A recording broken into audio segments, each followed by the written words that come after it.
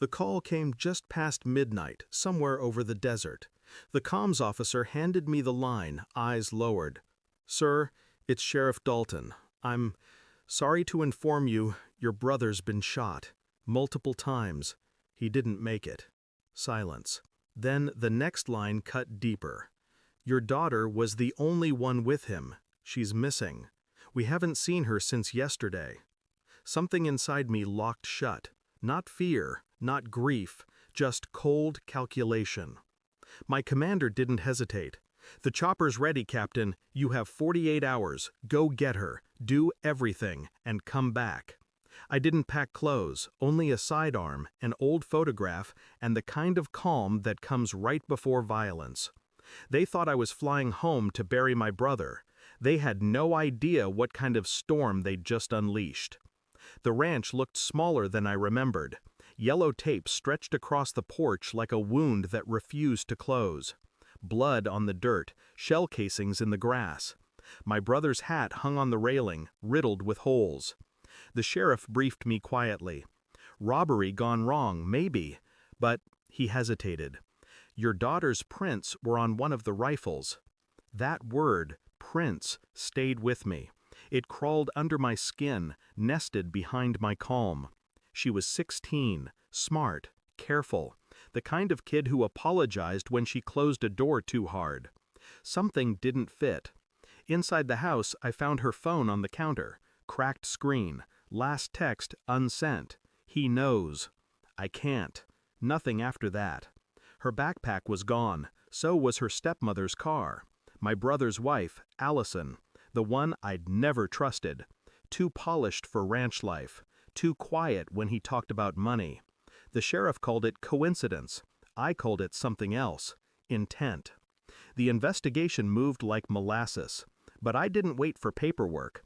I visited the neighboring properties, asked no questions, just listened. Everyone had seen Allison's car leaving late that night. Not one person saw her return. I tracked her phone to a motel 2 towns over, registered under her maiden name.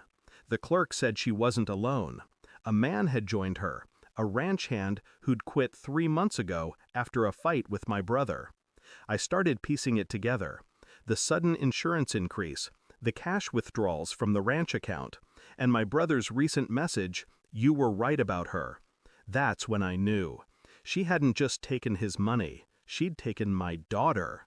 But why? Then it hit me. My brother was sterile. A childhood injury he'd told no one about except me. And my daughter, Grace, born months after his wedding. She wasn't his, she was mine. The motel surveillance confirmed it. Allison, Grace, and the ranch hand, Mark. They left together 2 nights before the murder. Mark carried a duffel bag. Grace looked terrified. Allison was calm.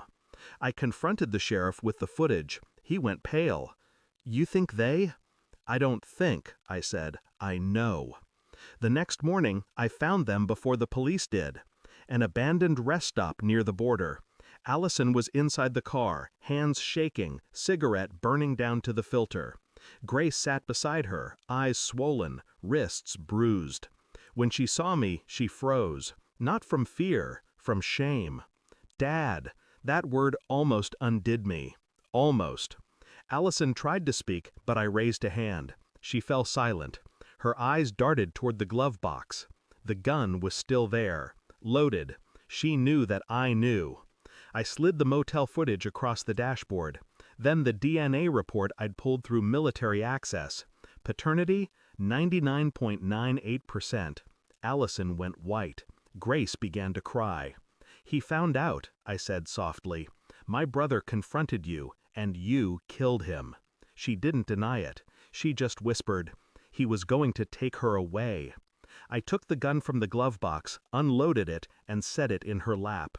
"This is your story now," I said. "You'll call the sheriff. You'll confess. You'll tell them where the money is." She stared at me, trembling. "And if I don't?" I leaned closer.